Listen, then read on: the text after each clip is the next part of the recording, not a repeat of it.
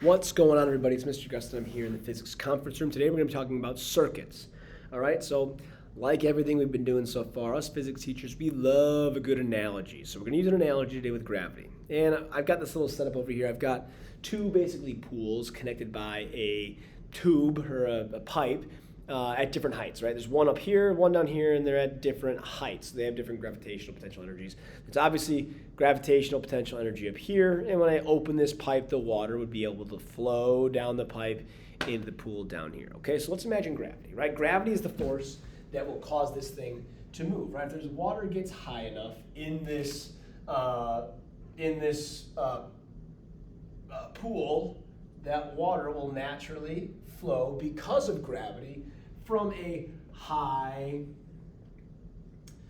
gravitational potential to a low, right? This is my high potential, this is my low potential. It will do so because of gravity. Gravity is the reason why this thing flows, all right? So eventually though, this water all the water would flow down, it would run out. So in order for us to make sure this doesn't run out, we need something at the low potential to push water back up. So let's add a water pump. All right, so if I want this system to keep working, I need to add a water pump. There's a pump down here. That pump is going to, probably have some wings in it, something like that. But it will then cause a flow of water back up. So when the water eventually reaches low potential, a pump is going to pump it back up to a high potential. All right, and this is what's going to happen. Now, one way to produce energy is to put a water wheel in the way, right? Like a water wheel is something that water could do work on, right? As the water flows, let's put something in the way that the water could potentially activate, right? And a water wheel is one of those things.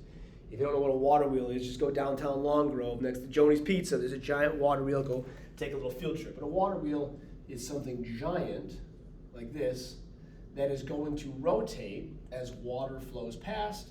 It will cause this to rotate. Now, it will slow the water's flow down a little bit because there's kind of back pressure or a force from it. So as the water flows down, this water wheel moves. And we get this kind of resistance to the flow of water. But there's kind of three major parts here, right? Here's my water pump.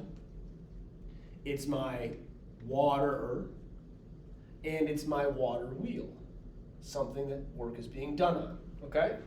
Let's think about this now in terms of a circuit, all right? So if there's a circuit, let's imagine that there is charge. And that charge, let's say, is through a wire. And we'll make a wire kind of look like a pipe for now. Normally, we won't make it look like this. But inside that wire are electrons. And electrons are kind of like the water. They're the thing that flows, right? So there are electrons all up in here, okay? They kind of fill this whole thing. Right? Now, electrons don't move on their own. They need something to force them through.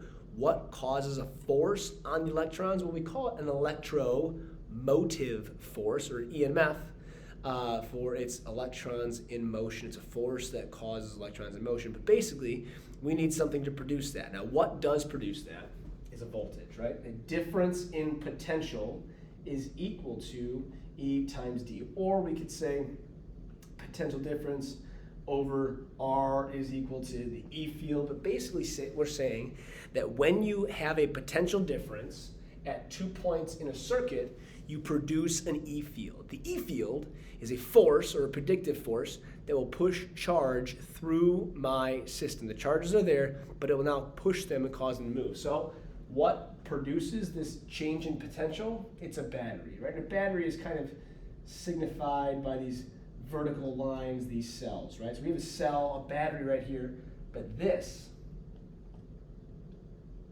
battery is the pump that we have. These charges exist. The battery produces motion, right? It produces the E field, and the E field pushes these charges through. So let's pick a side here, and I might label this wrong, but let's go ahead and say that we have a high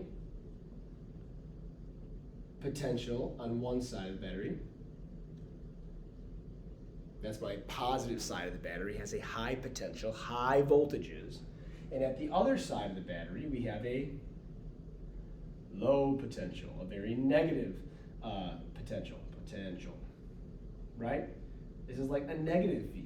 This over here is a positive V. If we're thinking about our first unit, we said high potentials are very positive values and low potentials are very negative values. So we have charges that move from a high potential to a low potential. And what does the battery do? The battery pumps those charges back up to a high potential so that they can flow. Now, if we were to take this circuit and build it, a battery and some wire, all we would get is charge moving nearly infinitely fast, and it would burn this whole thing out. So we need something for the charge to do work on. Just like we have a water wheel, we need something for the charge to do work on. Let's go ahead and put something in the way. Let's go ahead and put something in the way here. We're going to call this something a resistor. A resistor, like its name states, resists the flow of charge, right? So if this battery is pushing charge through, or the voltage is pushing charge through this system right here, a resistor is going to slow that thing down and do work on it, and have work done on it by charge, rather. Just like this water wheel. The water wheel is here. The water or flow is going to do work on it, cause it to change its energy, and then slow that down as the charge returns back to its low potential, okay? So if I'm thinking about a basic circuit has got three parts, just like a basic water system. The basic circuit has a battery or a source of force, a source of electromotive force. That source is a potential, a difference in potential that produces an electric field in the circuit. What does that force then push on? It pushes on the charges that are in those wires or in those materials. So I've got the battery, my pump, I have got my charges that are in the wire, and I have my resistor.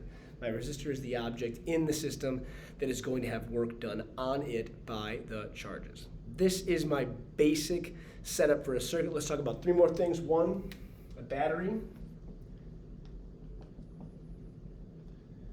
is measured in volts, right? Voltage or potential. Current is measured in amps or amperes, and resistance